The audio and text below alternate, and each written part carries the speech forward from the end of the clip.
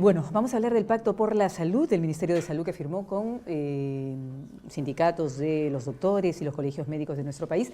9 partidos políticos se comprometieron a velar por la salud como un derecho fundamental. Se han revisado temas como conseguir la cobertura universal, mejor financiamiento público y mejorar la oferta de los recursos humanos para atender las demandas de la población.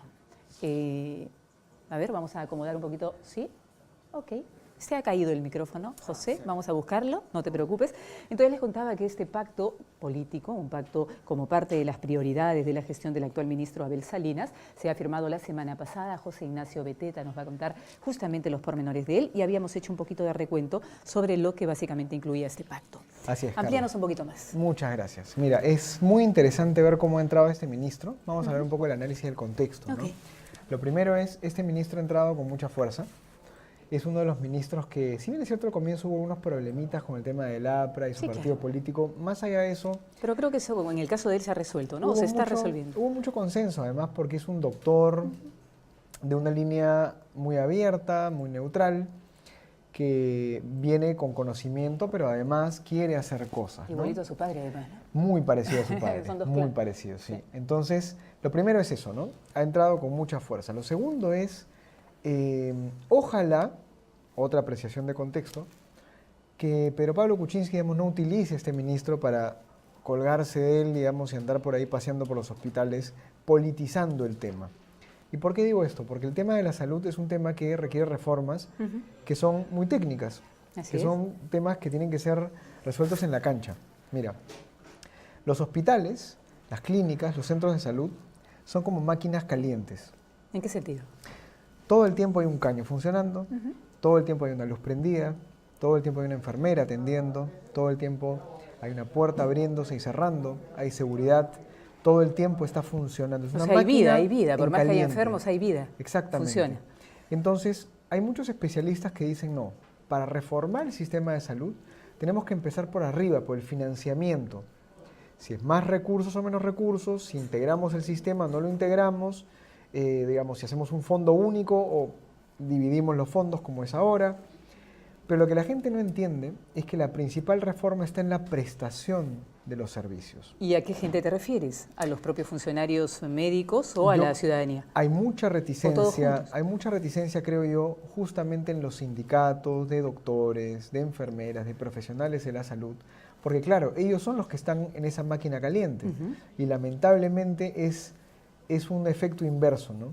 Para un funcionario que trabaja en el sector salud, para un doctor, para una enfermera, mientras más gente haya, entre comillas, es mejor. Mientras que en el sistema de salud debe ocurrir lo contrario, es decir, debería haber menos gente en los hospitales, los pacientes deberían ir menos veces a los hospitales. ¿Por qué te cuento todo esto? Porque el doctor Abel Salinas lo que ha planteado es justamente empezar con una reforma en ese primer nivel de atención. Las redes primarias, ¿no? Hacer que sea más eficiente el gasto. Él ha tenido la suerte de que cuando vino con su pan bajo el brazo porque justo se aprobó el aumento de sueldos para los doctores, ¿no? Entonces, hay que contarle al público que un doctor en nuestro país gana aproximadamente 4.500 soles, ¿no? Es el básico que tienen, un poquito más, y ahora un poco menos. Los que tienen 20 años ganan 5.300 y pico. Ahora van a estar a partir de los 5.200 hasta los 6.000 y tantos. 6.600, ¿crees lo que se pretende llegar por lo menos este año? Pero esto es muy importante graficarlo, no solamente en cuanto al sueldo que ganan, sino las horas que trabajan. ¿Y cuáles son? Y aquí es muy importante. No tiene horario el médico, siempre se ha escuchado eso. El médico tiene una legislación laboral, digamos, una normativa laboral especial. Dado la carga de trabajo que tiene, el tipo de trabajo que tiene, el médico solamente trabaja o debería trabajar 6 horas al día. Pero lamentablemente, en la misma norma laboral, y esto es algo que deberían aclararnos justamente los funcionarios del MINSA, ¿qué ocurre?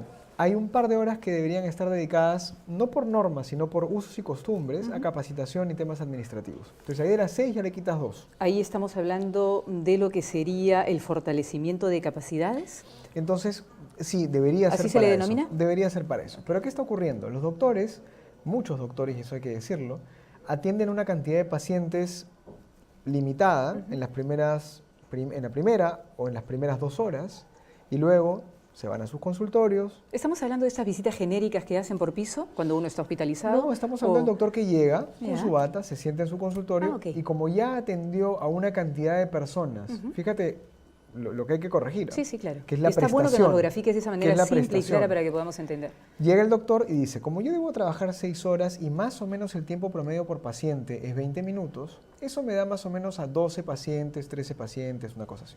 Entonces, ¿qué hacen los doctores? En la primera hora y media, o en las primeras 2 horas, atienden a 9, 10, 11, 12, y como ya cumplieron con esa cuota de pacientes, se van. Se van a su casa, o se van a sus consultas privadas. O marcan la entrada y no marcan la salida. Entonces, esto no se trata acá de acusar a los doctores, no todos son así, evidentemente. Evidentemente no todos los doctores son así. Pero ¿a qué voy con esto?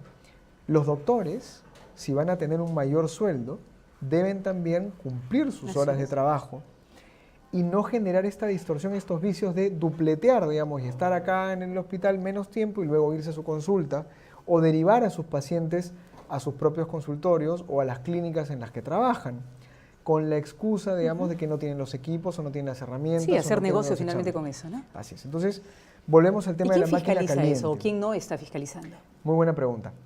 Esto es la máquina caliente. O sea, esta máquina caliente tiene que ser más eficiente, tiene que tener una gerencia mucho más administrativa, más detallada, que detecte esas fugas, como la de los horarios de trabajo de los doctores, entre otras tantas fugas que hay. Una gran reforma que tiene disculpa, no es otra cosa más que genera corrupción, porque allí también estás hablando de corrupción. Además están usando este sector público para finalmente hacer su trabajo privado también, porque dices que derivan a sus consultorios muchas veces. Ahora, acompañada de esta reforma en la prestación, en esta máquina caliente, que pasa por los en este primer nivel de atención. En este primer nivel de atención, en las redes primarias, en los hospitales, en todos los niveles de atención, porque hay hospitales de nivel 5, 4, 3, 2, 1, hasta la posta médica del pueblo, viene lo que tú dices. Otro reto que va a tener este ministro es plantearse cuál es el rol de su salud. La Superintendencia Nacional de Salud, su salud, es la entidad fiscalizadora, es el regulador social, vamos a llamarlo así, porque de alguna manera también tiene esa capacidad para determinar la calidad de los servicios, ¿no es cierto? Si los hospitales o las clínicas privadas o públicas están cumpliendo con los estándares que deben cumplir. Pero ¿qué ha venido ocurriendo? Su salud es sumamente rígida, sumamente, digamos, intransigente con las clínicas privadas. Ahora, hacemos un alto ahí. ¿Su salud pertenece a quién? ¿Al Ministerio de Salud? Está adscrito al MINSA. ¿Y? Totalmente, y depende del MINSA. Y si depende del MINSA, ¿cómo va a poder ser juez y parte? ¿Cómo va a fiscalizar algo a lo cual pertenece? Es absurdo, ¿no? Me ganaste la conclusión, pero esa es la idea. Es decir, primero fiscalizan a los privados demasiado bien, pero los privados atienden a menos de 1 millón de personas. Los otros 24 o 25 millones de personas se atienden o en eSalud o en los hospitales del MINSA. Y entonces, ¿qué ha venido ocurriendo? Que la fiscalización se ha ido determinando de manera a veces arbitraria, a veces aleatoria, y hemos visto, y lamentablemente esto lo sabemos los que hemos estado involucrados y estamos involucrados en el sector, que muchas veces el superintendente de su salud terminaba siendo el que acompañaba al ministro en sus visitas a los hospitales que él quería, ¿no es cierto?, fiscalizar. Claro. Pero resulta que los hospitales en donde más se dan estas fugas en esta máquina caliente, estas ineficiencias en el gasto, son los hospitales del Estado. Así es.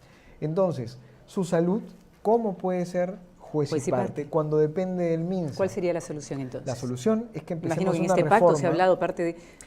Es un tema que no se ha del hablado. Debate, ahora estamos, no estamos poniéndole los puntos un poco, yo creo que las recomendaciones lo flojo, al ministro. esa parte floja que no ha sido tocada. Claro, porque tú tienes a los doctores, a las enfermeras, a los técnicos en salud sentados contigo, pero ellos son muchas veces los que tienen que ser más eficientes en su trabajo y son los que te generan estas fugas de Ahora, las tú que dices que hablamos. su salud pertenece o está adscrito al Ministerio de Salud. Así y los es. otros reguladores, OSIPTEL, o Sinergim, son independientes. Son independientes. Lo que pasa es que el regulador de consumo, como OSITRAN, OSIPTEL, SUNAS, son órganos independientes que de alguna manera... ¿Podemos entender que están funcionando bien en este momento? De hecho, su estructura se viene fortaleciendo por una serie de reformas que han hecho, y el garantizar que el presidente, por ejemplo, de un OSIPTEL, de un OSITRAN, tenga un perfil profesional técnico independiente, le garantiza al ciudadano que va a ser un buen árbitro. Así es. Porque, ojo, que los reguladores son árbitros entre el consumidor, ¿no es cierto?, y la empresa, no son defensores del consumidor. Pero en el caso de los reguladores sociales, por ejemplo, como SUNEDU o su de salud, las universidades, sí. entre comillas, reguladores sociales. ¿Pero quién determinó eso, por ejemplo? ¿Y en Nacieron base a así. qué criterio? No, nacieron como parte de la estructura del MINEDU, como parte de la estructura del MINSA. Aquí habría que cuestionarse la independencia que deben tener, porque en este caso concreto, en un sector tan crítico como el sector salud, la independencia de su salud es importantísima. Así es. ¿A quién fiscaliza su salud? ¿Cómo fiscaliza? ¿Cuáles son los parámetros que usa? Es más, su salud tiene en su estructura a una junta de usuarios que son ciudadanos, pacientes en su mayoría que participan de su salud. O sea, abren las puertas a los ciudadanos para que participen y formen parte de esos y forman directorios. parte de la estructura, ¿no es cierto? Estructura. Y son como los ojos y oídos de su salud. Eso está buenísimo. Que está muy bien. Pero esta junta de usuarios que son ciudadanos también deberían ser independientes, es decir, no depender de esta cadena que te digo, porque si no termina siendo el paciente elegido para ser de la junta de usuarios, el amigo, el favorito, digamos, del ministro o el superintendente. No digo que siempre sea así otra vez, pero puede darse el caso y es un riesgo.